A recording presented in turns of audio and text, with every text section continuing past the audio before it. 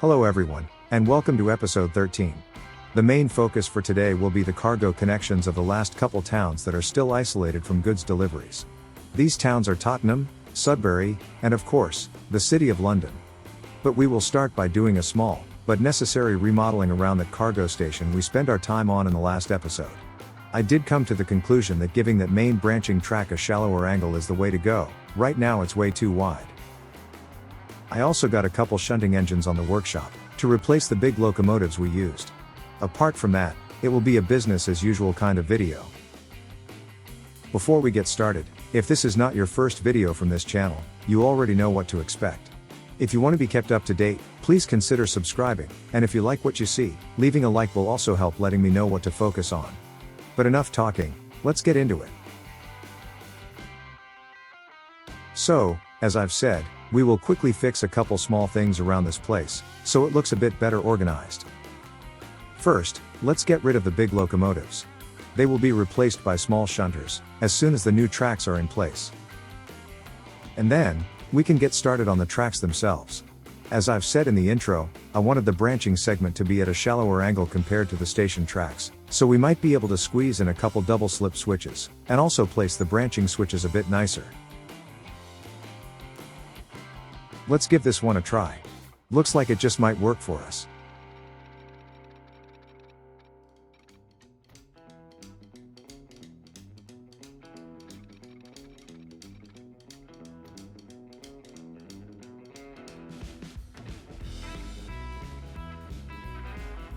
And we can add slip switches. That makes our lives so much easier. We don't have to use separate slip tracks now. Although, those also had a certain charm to them.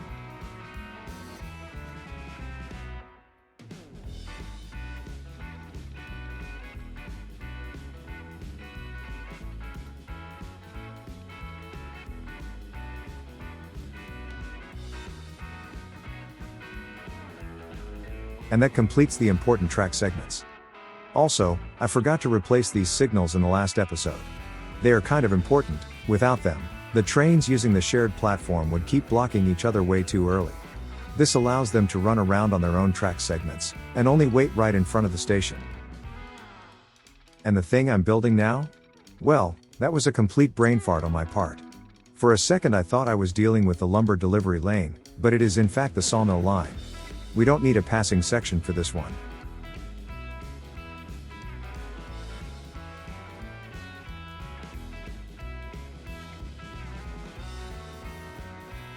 Time to add in the tracks with the wooden sleepers.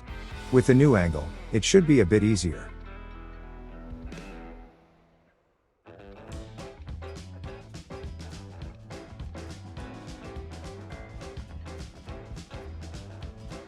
Oh yeah, that is a million times better.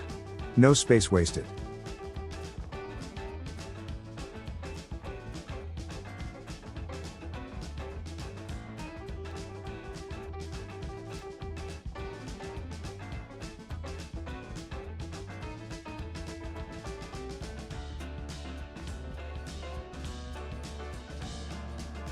Now that this side is done, let's place those shunters. Sadly, they are the kind of decorative prop that is turned on, so we will have exhaust coming out from them, but it's either that, or nothing. And I prefer having them sit there idling with their engines on, rather than not having them at all. Wait, did I just put that on the active track? My bad. At least it's just a prop, so it won't actually block the path of any of our real trains. Anyways, time to deal with the other side. It is basically the same thing. We will replace the branching track with a shallower one, and then put the rest back in. This is not quite as good as the other side, so we will struggle with the parking lanes a little, but the rest will do what we need.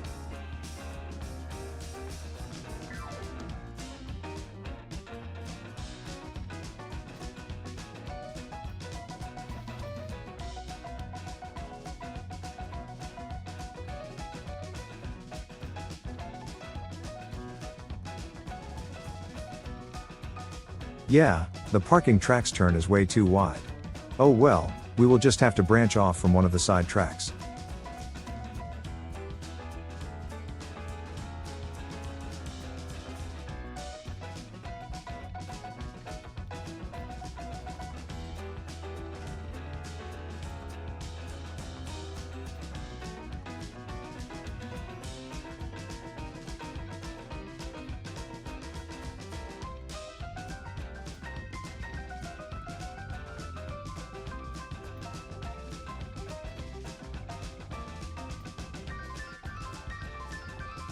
Not the best solution, but there is a lot less wasted space than before.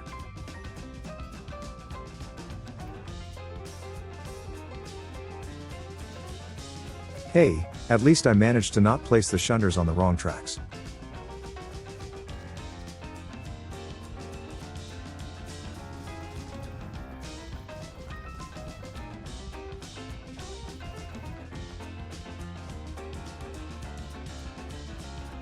It's amazing how much gets tuned out when people get tunnel vision. I was literally painting over that misplaced shunter, and I still didn't notice it. Anyways, time to deal with something that is actually useful, namely the cargo station for one of the neglected cities. Let's start with Sudbury. For this one, we can use a terminus. I don't think we will continue the tracks past this point. We just need to find a place to bring stuff on from. And as it turns out, that place is actually the freight hub itself.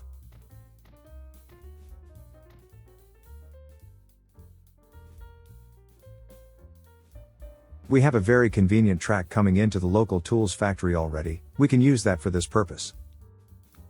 As for the station itself, as you know, I don't really like having loud stuff in the towns if I can help it. For this one, I think we can get away with placing the freight drop-off in the outskirts.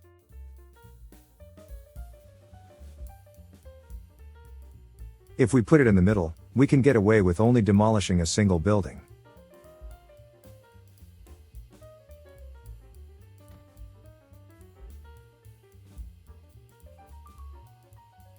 Next, we need to hook it up to the tracks going to the tools factory.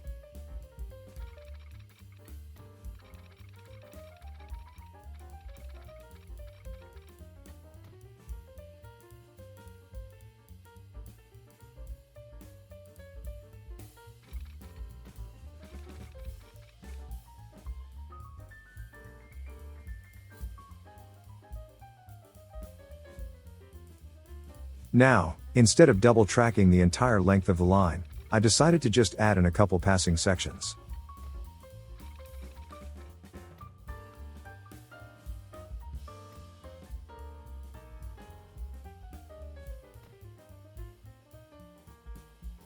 Only need to make sure that they are frequent enough to allow the two trains to pass each other without waiting too long.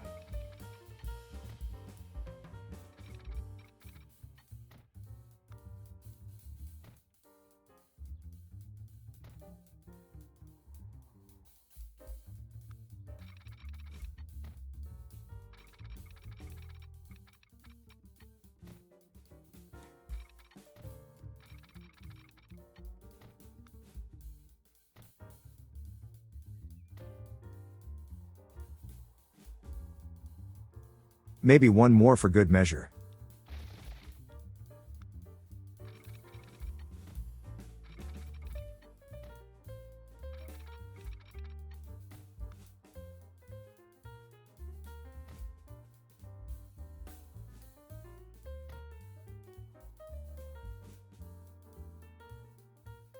Okay, just one more.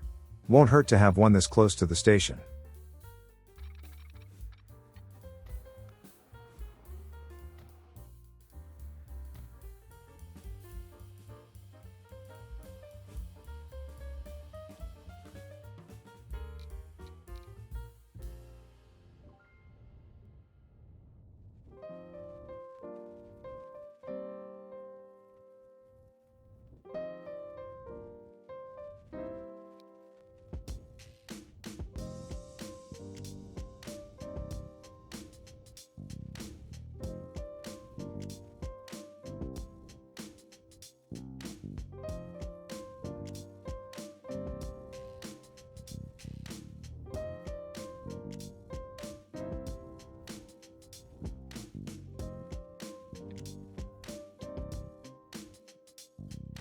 Alright. That's the train side of things done. We still need some way of delivering the goods in town, and for that, we of course need trucks.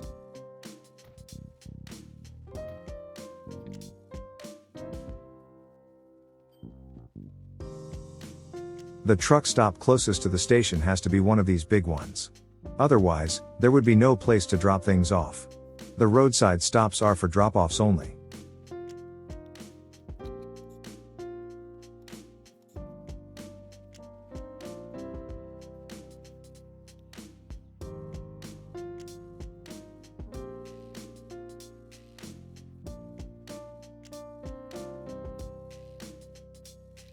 For this one, 10 trucks is definitely overkill, but let's not buck the trend. We will likely adjust the numbers once things settle down. Next, we need the train that will deliver the goods from the hub. That's simple enough, just needs a plain old 2-stop line. And this is where I will be a bit worried about a potential bug regarding the pathing around these passing sections. Don't worry, it's just me being forgetful again. The game is doing exactly what it's supposed to. I just forgot to turn the catenaries back on for the regular track laying after dealing with the parking lanes at the station. It will take me a while to get wise, but I will manage to realize the error later. For now, let's just release the train onto the line. Once more, we will do this in a way that will force the new guy to make a full lap around the mainline ring before it arrives to its final area of operation. Since this train will only deliver finished goods to Sudbury, we don't need all that many cars on it. 8 will do. Now, please excuse me while I try to figure out what causes these pathing issues. I will give up on it after a little bit. I won't discover the real culprit until later in the episode.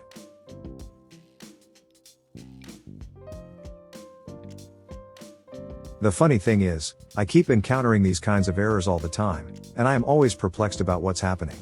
And it's always the lack of catenaries on the tracks.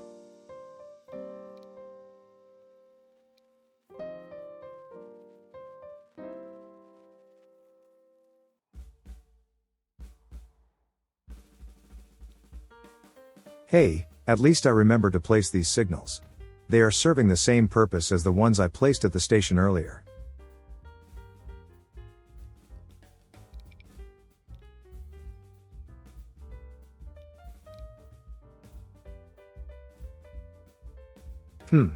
That's an awful lot of tools waiting at the station. It shouldn't be this full. Where's the train that's supposed to work that line? Okay, I did not expect this. I guess all the mucking around with the tracks caused some of the trains to reconsider their pathing options. Unfortunately, this will delay deliveries going to the tools factory, which will disrupt the upgrades on it. Once things are back to normal, it won't take long to get back up to level 4, but it's still an unnecessary error. Hey, at least it gives us a small excuse to take a ride again. You know, passenger trains are using diesel engines. I am really tempted to take out the catenaries from the center tracks. These steel cable supports are way too frequent, and kind of feel out of place.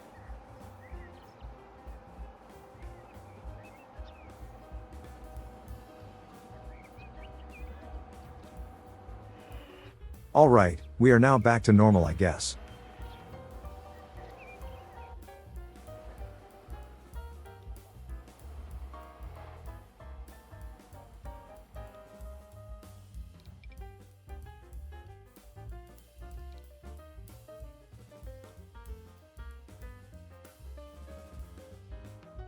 No, this is still not the time for me to realize what the error is. But hey, at least I'm slowly working my way toward the solution.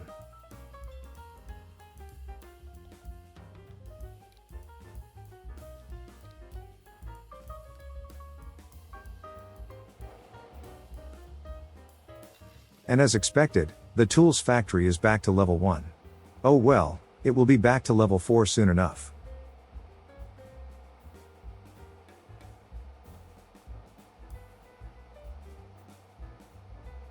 Just to make sure we don't have any trains stuck with confused pathing, I did a quick check on the list of them, with profitability sorting.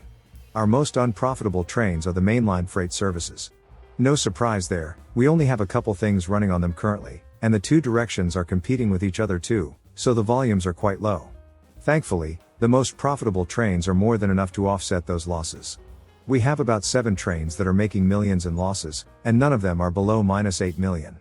And we have over a dozen profitable trains, a couple of them making well over 10 million each. Yeah, we are doing quite well. Anyways, we have 2 more towns left to connect up. Let's take care of Tottenham next. Dealing with the train deliveries was extremely easy. We had a very convenient freight track passing by the passenger platforms already. Slapping a few cargo platforms on it took care of it.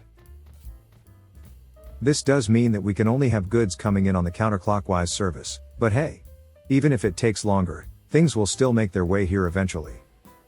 And since we are already pretty much on the main line, we can simply check which station was behind us on the route, and insert it into the list to the correct position, and everything will fall in place. As for the road station, this one I will speed up even more than usual. I still didn't want to cut anything out, but I did struggle with this one quite a lot. I really wanted to connect it up to that intersection, but I just couldn't get the positions quite right. Let's just skip it until I give up, and place it slightly differently. Sadly, this does mean that the episode will be about a minute or two shorter as a result, but it's either that, or we have an awful lot of mucking about with that road station. My only excuse for all the errors in the episode is that I had a relatively lengthy gap between recordings. I had to take care of that Derail Valley showcase video right before this one, and that threw a small wrench in the work, so I was a little bit out of the loop on this series by the time I got back into it. Anyways, after all that, we have Tottenham taken care of. It has trains bringing in goods, and we have trucks moving stuff around the place.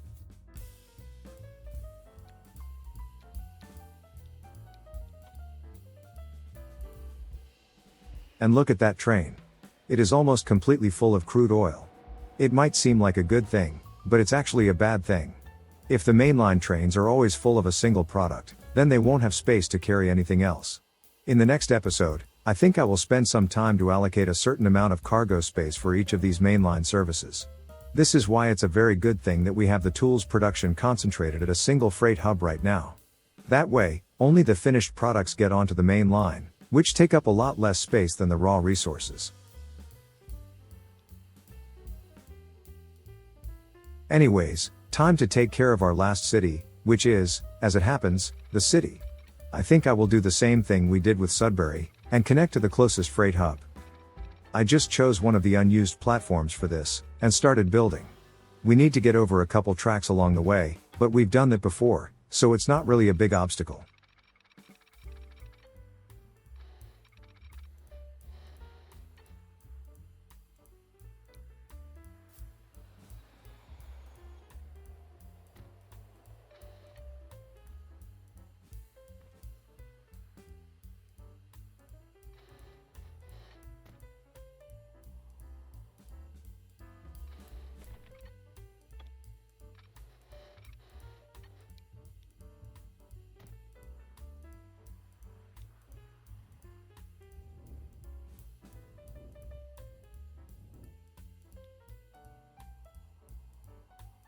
We have a lot of space on the other side of the station, so I think I will use that as the place to drop off cargo.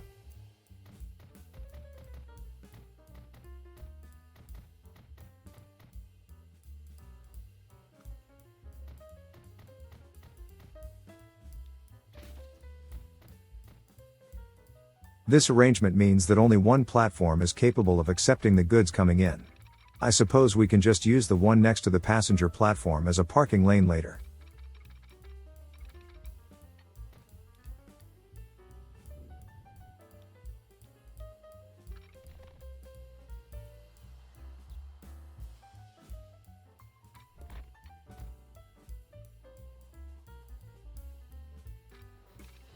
I'm not really a fan of these long viaducts. I much rather build embankments, and smooth them out later. If there was a big ravine or canyon, then sure, but for a relatively flat terrain, I don't think so. I know that they are relatively common in certain places, but I still think they look a bit out of place if they go over flat ground.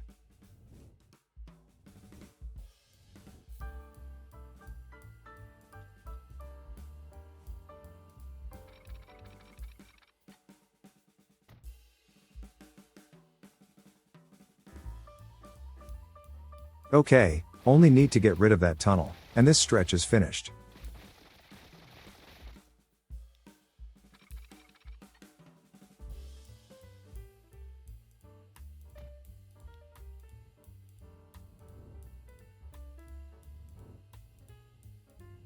Yeah, that will do nicely.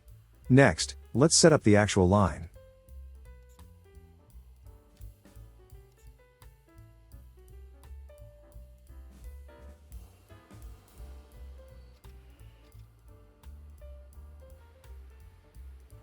This freight hub doesn't have the train yard tracks set up yet, so we need some temporary way into the local platforms.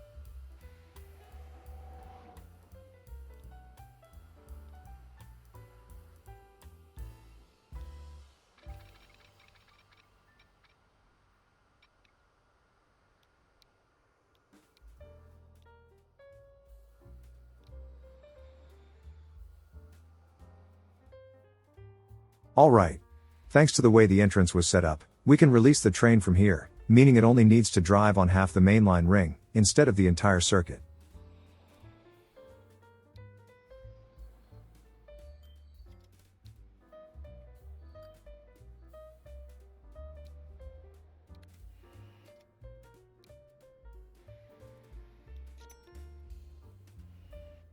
Also, I just noticed.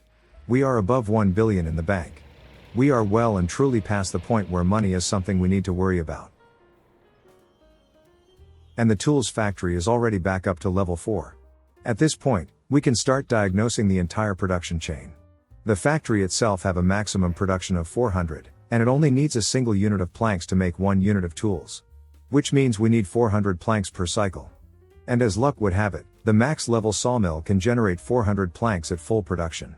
But, that one need 2 wooden logs to make 1 plank, so we need to supply it with 800 logs as a result. And a single forest has a maximum output of 400. So technically, we only need 2 logging camps to satisfy the entire chain, and we have 3, so we overdid the raw materials a bit. But, I suspect we will expand the tool production in a little bit, so I think I will keep that 3rd wood delivery train around. Here, I did try to maximize the throughput of this particular train. By the time it makes it back to the pickup station, the platform already has over 300 units waiting to be loaded. Let's increase the length of the train. Only time will tell if this is the correct length for this particular line. Since it was too short before, it is possible that we had a backlog piling up, and we quite possibly overdid the amount of cars. But I always find it easier to cut back on the cars, instead of trying to guess how many more need to be added. So, once the line settles into the new state of affairs, we can check back on it, and remove cars if some end up being empty in the end. Also, it is not really necessary to make the station longer. Cars will still get loaded even if they are not technically sitting next to the platforms. But hey, adding more will increase the storage capacity of the station, plus it looks better.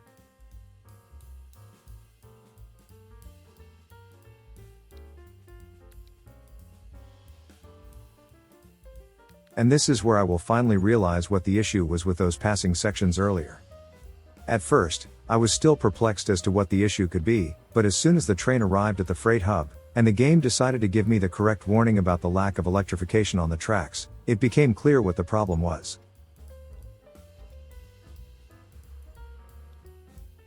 After that, it was a simple case of just going over the stuff we built, and setting things right.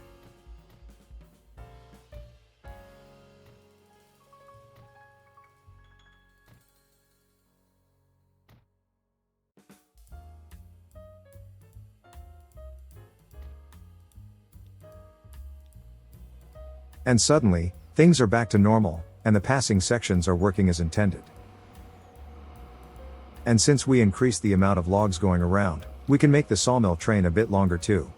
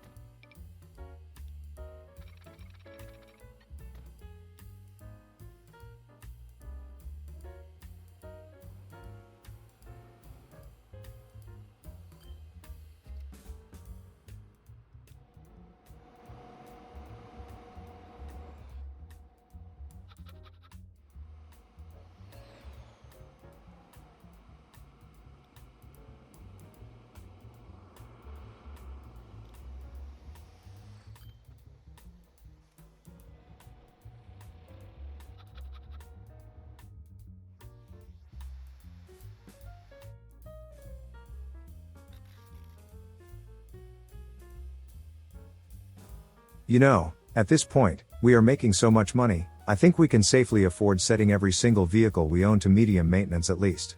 We have so much stuff, I really can't be bothered to selectively sort out what really needs to be kept in good condition, so I just did everything. As for town upgrades, the place I really want to see grow larger is the City of London. Let's work on satisfying the needs of that town most of all. We cannot control the flow of resources at this point, it's in the hands of the main line from now on. But we can increase the production of stuff, which increases the likelihood of things ending up where we want them to. And as luck would have it, that place requires tools and fuel, the 2 things we make the most of already. How about we further increase the tools production? We have a factory in the other direction, just past Camden, so we can use that as the next place we connect up.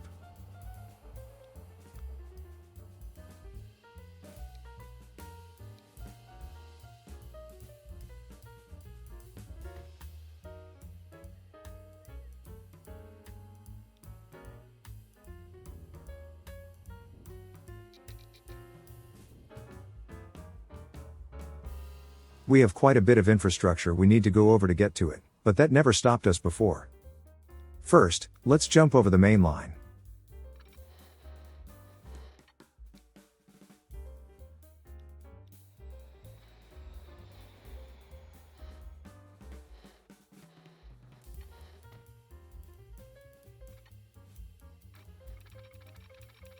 I think we can use the oil refinery platform for this. If things get unmanageable, we can still just increase the number of platforms, which I suspect is going to happen not too far in the future, but we can still cope.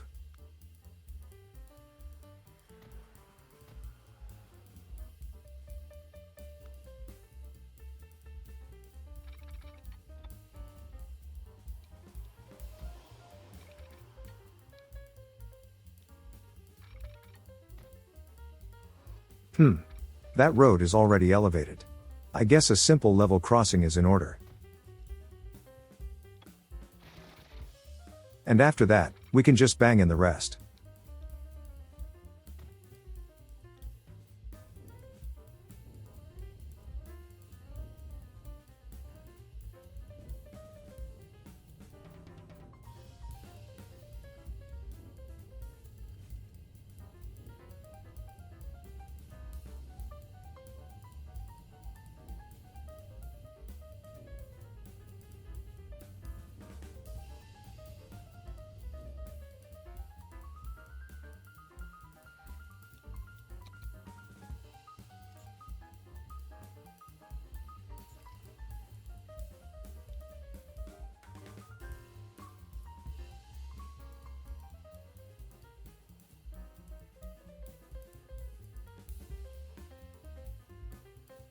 There we go.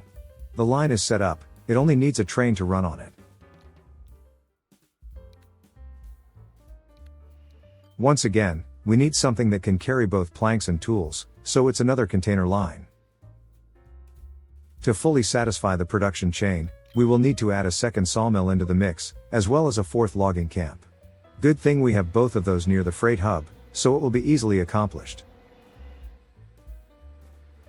And good thing I was milling around this place. I knew these trucks will be easy to notice. Let's fix that error I did in the last episode.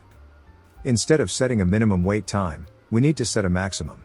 That should take care of the tools deliveries going to Kensington once and for all.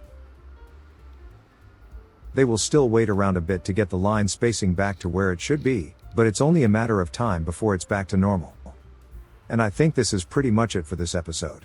Again, my only excuse for all the errors I made came from the bigger than usual gap between recordings. But now that the special showcase video for Derail Valley is finished, I hope that we can get back into the swing of things.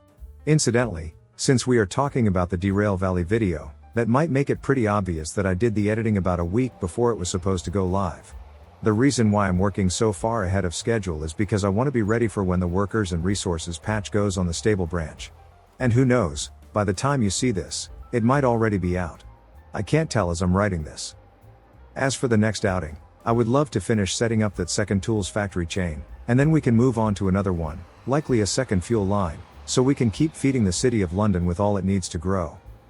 Anyways, if you haven't done it already, I'd love it if you subscribe to the channel, and leaving a like would also let me know that this video was worth making. If you feel that it was good enough, and you can afford it, please consider going to my Ko-fi page, which you can find in the description, and donate an amount that you feel is appropriate. And if you did like what you've seen, there should be links to some of my other videos and playlists on the screen. Thank you for your support, and I'll see you in the next one.